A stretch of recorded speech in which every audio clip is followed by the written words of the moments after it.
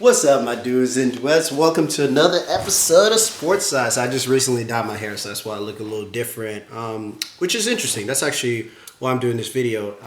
So I got grounded for dyeing my hair. I think it looks nice, but whatever.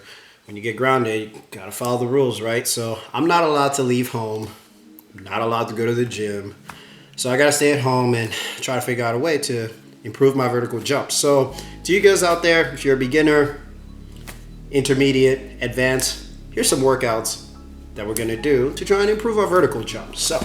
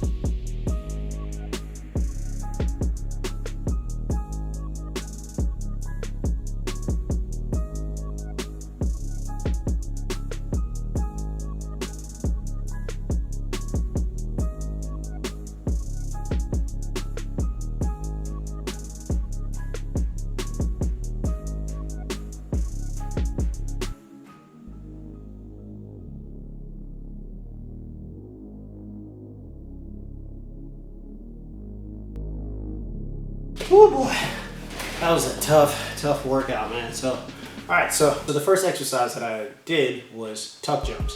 Tuck jumps, you've probably seen it in any vertical jump training program before. You're just basically trying to bring your knees up as fast as possible, and then you're also just trying to get your body used to that quick reflex of just getting off the ground. We're just kind of mainly working our quads. We're trying to get our quads used to that quick jump. The next phase, which is the standing jump. Now the standing jump, you just want to jump as high as possible, keeping your legs straight. The reason why this is important is that if you ever look at any athletes, NFL players, volleyball players, anytime they do that vert tech and they're just trying to jump as high, if you really analyze, when they jump high, they always keep their legs straight. They don't try to bend their knees the same way how you see when somebody's doing a dunk. The next thing that I did is I did low squat ankle jumps. Low squat ankle jumps are really good because it's just a quick rapid fire and you're trying to stand squatted position, but you're actually on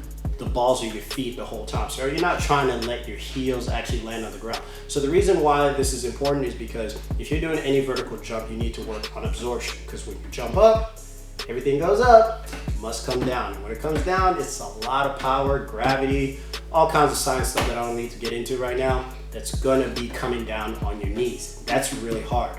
So this is a way to actually train your Achilles, your calves, and your ankles to be able to handle the force that keeps coming through. So word of advice, if you're gonna do this, you just do them until your form starts to slip and then you stop. The reason why is because you wanna practice good form consistently so that if you start making any errors in your thing, it doesn't translate later on into your performance and could lead to injury, because we don't want no injury. Next thing that I did was weighted stuff. You ever done a Bulgarian squat? Usually most of the time, you're just putting one foot behind on the bench. In this instance, I use a chair that we have, and then I just put my foot back, and I just try to make sure that I push my hips back as I go down, not trying to let my knee go past my toe. If that happens, you're actually working a different, element of it. The further your foot goes forward, the more you actually start to feel in your hamstring. But this is a good exercise for your quads. And I'm telling you right now, my quads are really tight, and I need to make sure that I stretch after this.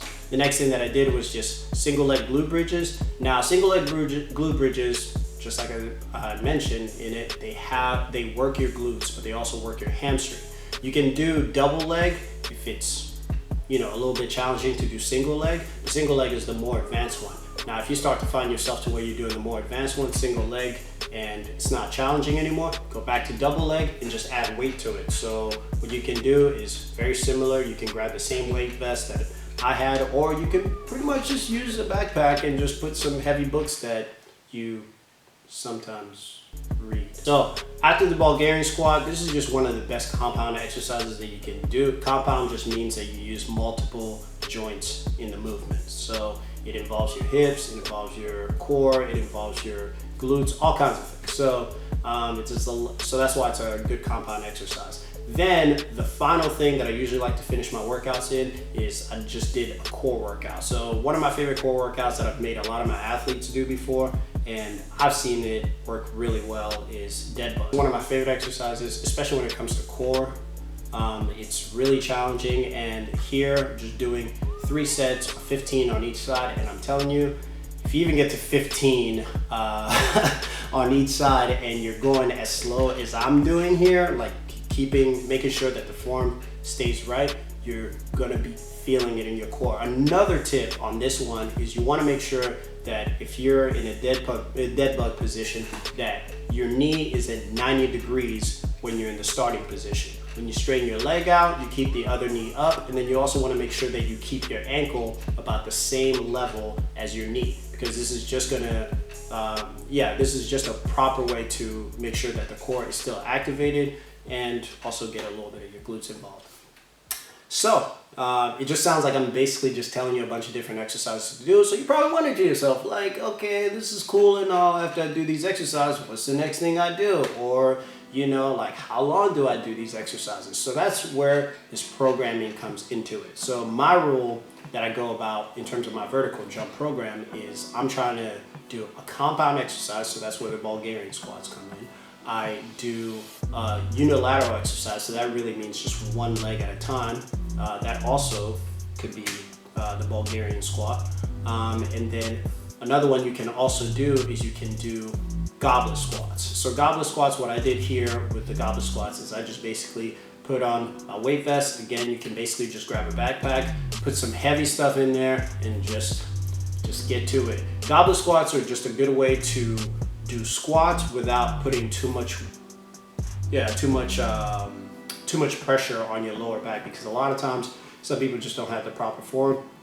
If you get really good at goblet squats, I'm telling you, it's going to be really hard for you to be bad at squatting. So do that, and then the next thing that I did was just make sure that I did some glute exercises. So that's the single leg glute bridges. And then the final thing was my core exercise. Now my core exercises, core is so important. All the things that we talked about right now. So we talked about the ankles. So that's why I was doing those low squat ankle jumps, just to make sure I work on absorption. The tuck jumps, that's so that we get into that transition phase where we're bringing the knees up. And then the straight leg is where we're launching ourselves up. So the core is really the next phase that allows your body to transfer all that energy that's coming all the way from your legs up top so that you can jump higher. If you enjoyed this video, give it a thumbs up. Make sure to subscribe. If you want to get some tips more regularly, just make sure you follow my stories on Instagram. My screen name is sports_cy. And if you need a personalized program, make sure to shoot me an email at shemafitness@gmail.com, and I'll be glad to write you. I have programs that are 4 weeks, 6 weeks, 8 weeks, 12 weeks, and I can customize them just the way you like. So while you're at home, stay positive, try to get them gains. That's it for me. Thanks for checking me out.